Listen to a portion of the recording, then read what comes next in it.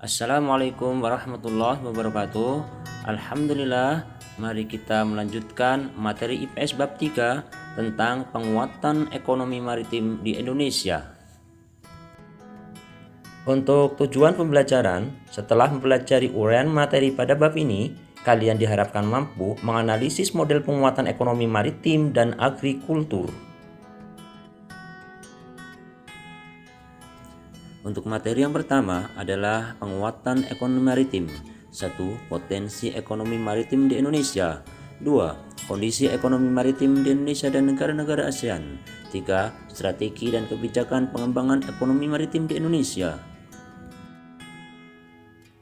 Apakah yang dimaksud dengan ekonomi maritim? Apakah sama ekonomi maritim dengan ekonomi kelautan? Ekonomi maritim merupakan kegiatan ekonomi yang mencakup transportasi laut, industri kalangan kapal dan perawatannya, pembangunan dan pengoperasian pelabuhan beserta industri dan jasa terkait. Sedangkan ekonomi kelautan merupakan kegiatan ekonomi yang dilakukan di wilayah pesisir dan lautan serta di darat yang menggunakan sumber daya alam dan jasa-jasa lingkungan kelautan untuk menghasilkan barang dan jasa seperti nelayan menangkap ikan,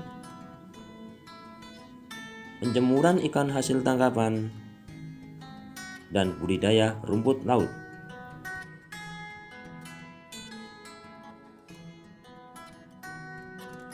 Jadi, ekonomi maritim adalah kegiatan yang berfokus pada bidang perindustrian, transportasi, dan pembangunan laut.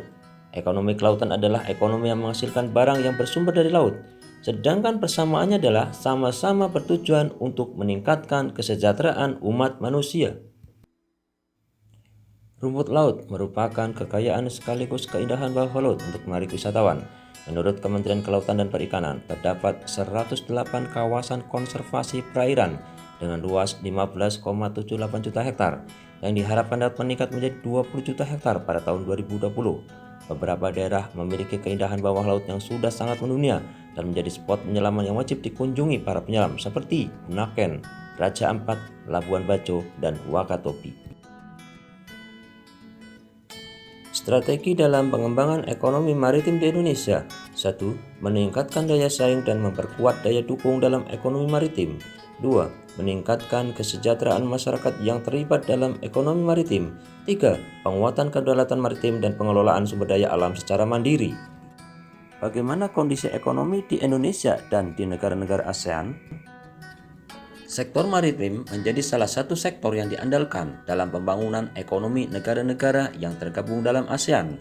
Hal ini didasarkan bahwa 2/3 wilayah ASEAN adalah perairan. Demikian materi tentang penguatan ekonomi maritim. Terima kasih. Wassalamualaikum warahmatullahi wabarakatuh.